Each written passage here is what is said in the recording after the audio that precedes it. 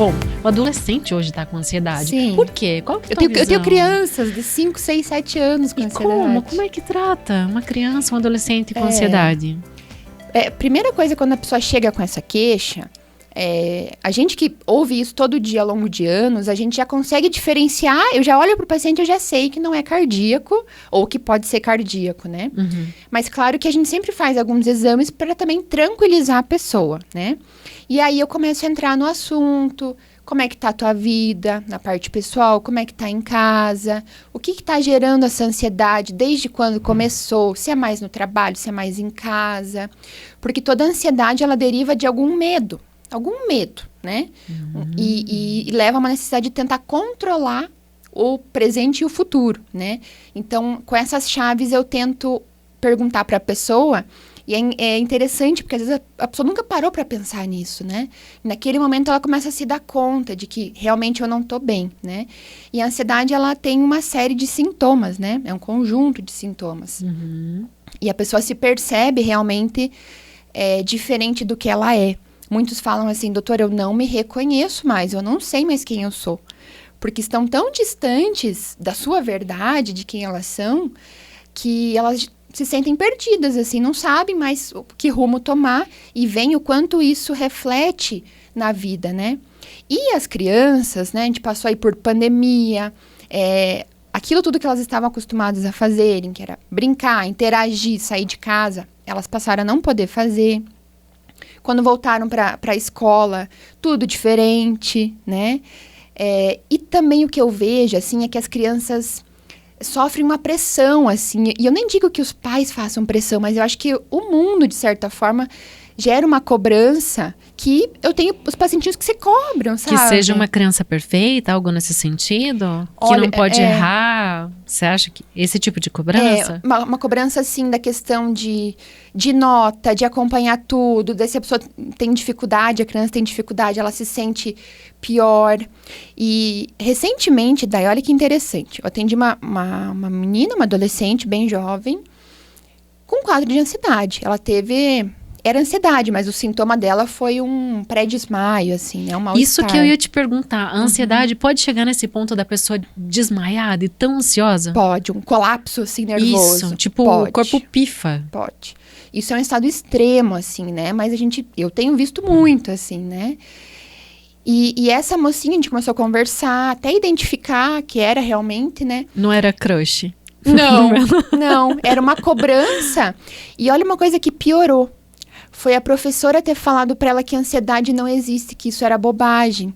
A professora falou para toda a sala de aula. E aí a menina piorou.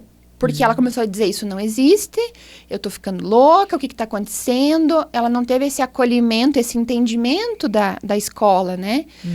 E aí isso gerou toda uma conversa com a escola, palestra, né? Então, é tão frequente falar de ansiedade, pessoas com ansiedade, mas ainda é uma coisa que está meio no oculto. Ainda é um tabu eu dizer que eu tenho ansiedade, né?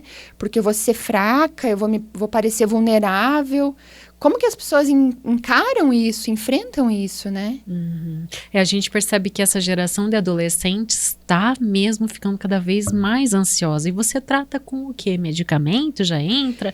Além dessas orientações de se encontrar, porque é uma fase na vida em que a gente está buscando a própria identidade, né? E já entra com medicamento também, doutora? Qual que é todo o aparato, assim, que você aciona para auxiliar um paciente assim? Quando é mais jovem, mais criança, eu tento evitar logo de início uma medicação. Eu tento ir com medicações talvez mais fitoterápicas, terapia, tentar buscar a raiz do problema, porque quando se é mais novo é um pouquinho mais fácil. Eu tento evitar esses medicamentos controlados.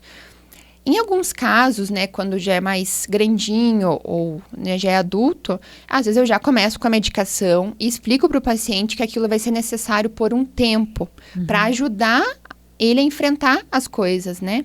E eu sempre falo que o tratamento medicamentoso é um pilar.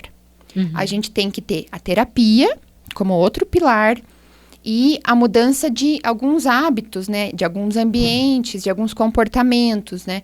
Por exemplo, atividade física, eu acho muito importante. Atividades de lazer, contato com a família, conversa. Evitar ambientes que eu falo tóxicos ou que gerem mais ansiedade. Tem que ter uma mudança de comportamento aliada à terapia, exercício físico e tratamento medicamentoso. São sintomas que se cruzam, né? Uma ansiedade com o coração, dor no peito, palpitação, falta de ar, esses desmaios, né? Então, a pessoa fica com medo. Poxa, será que eu não tenho um problema cardíaco, né?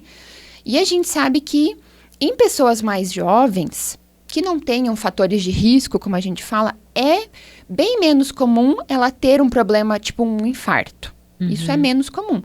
Mas também pode acontecer. Porque hoje em dia... a gente vê pessoas com 35 anos com infarto, com obstruções graves no coração, né? Outros problemas cardíacos que não é comum para a idade, mas hoje em dia... Inscreva-se no canal do YouTube da Unimed Pato Branco. Siga o podcast Fala aí Doutor no Spotify. E não perca nenhum episódio. Se você já nos segue, deixe a sua avaliação.